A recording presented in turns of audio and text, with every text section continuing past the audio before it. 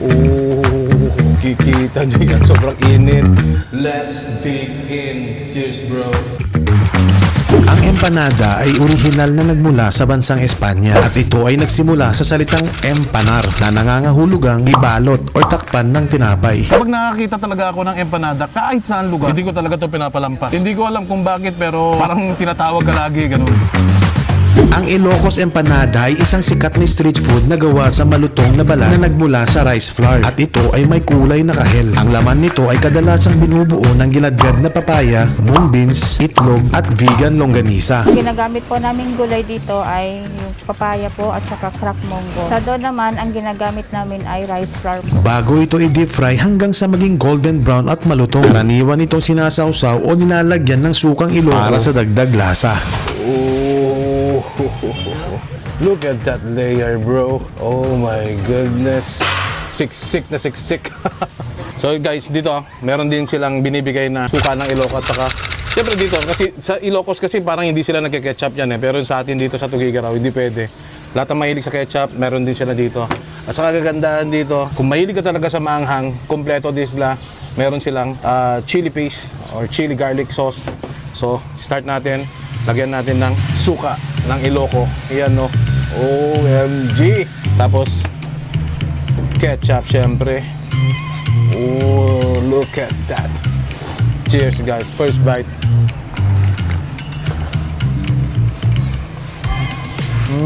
Hindi ako nabigla sa lasa nito kasi favorite ko to. Yung isang pesto nila, sugi kami doon sa may likod lang ng SM City. Nag-open lang sila tuwing hapon lang kasi. Nabalitaan ko, meron din silang pesto dito sa Tabacalera. Dito lang mismo sa bungad, sa may entrance. Makikita nyo agad tong Ellis Empanada, Ilocos Empanada. Actually guys, hindi lang Ilocos Empanada ang meron sa kanila dito. Kompleto rin sila dito for snacks. Meron din sila mga burgers, sandwiches. Mamaya titikman natin dito yung bestseller nila, chili cheese Hungarian. Actually, hindi lang yun ang bestseller nila, halos lahat kayo. Imagine mo to, sobrang laki. Sa sobrang laki niya na, sobrang affordable niya pa. At saka hindi lang yan bro, sobrang sulit sa sarap talaga. Check this out naman, tignan nyo naman yan. No? Super init. Gawin naman natin, lagyan natin ng chili oil. Ayan no. Chili oil, suka. Oh, saka ketchup. Cheers, bro.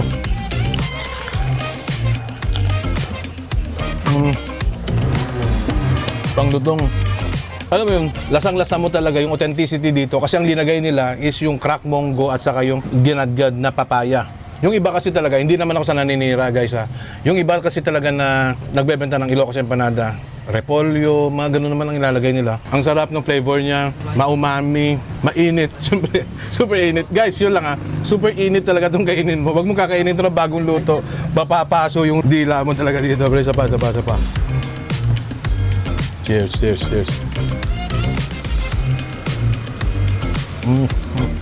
Kakaagit. Ramihan natin.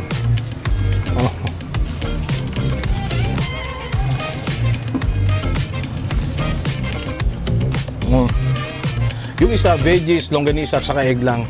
Guys, ito, nilagyan na natin ng cheese. Ayan, meron din kasi silang ino-offer na may cheese siya. So, tignan natin yung gitna. Paghawak mo talaga guys, makikita mo, very dense, very heavy. Yan o. Oh, kikita nyo yan, sobrang init. Ang ganda pa ng pagkaluto ng egg nyo.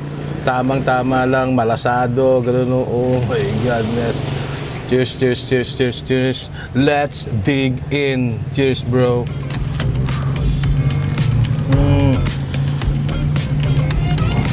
God. Ayun guys, yung difference nung lasa nito based dun sa una kong in-order is very strong. Nung una kasi very strong yung lasa niya. Andun mafe-feel mo agad yung lasa ng gulay at saka yung longganisa na nilagay nila dito.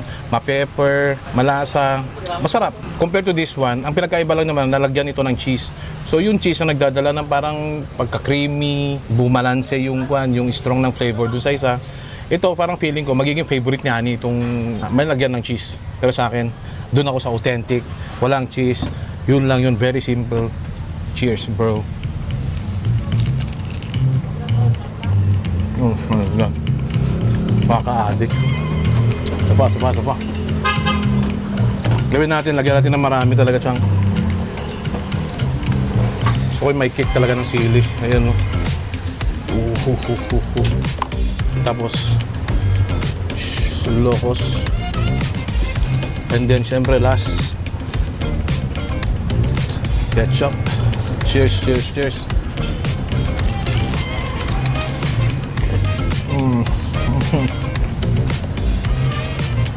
Sarap ng chili oil din nila dito. My goodness.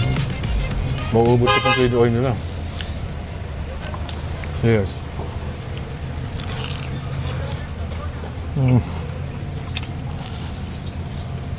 So yun guys, kung gusto nyo tikman itong na-experience ko ngayon na empanada, authentic Ilocos empanada, guys, pumunta lang kayo dito sa harap ng Tabacalera mismo.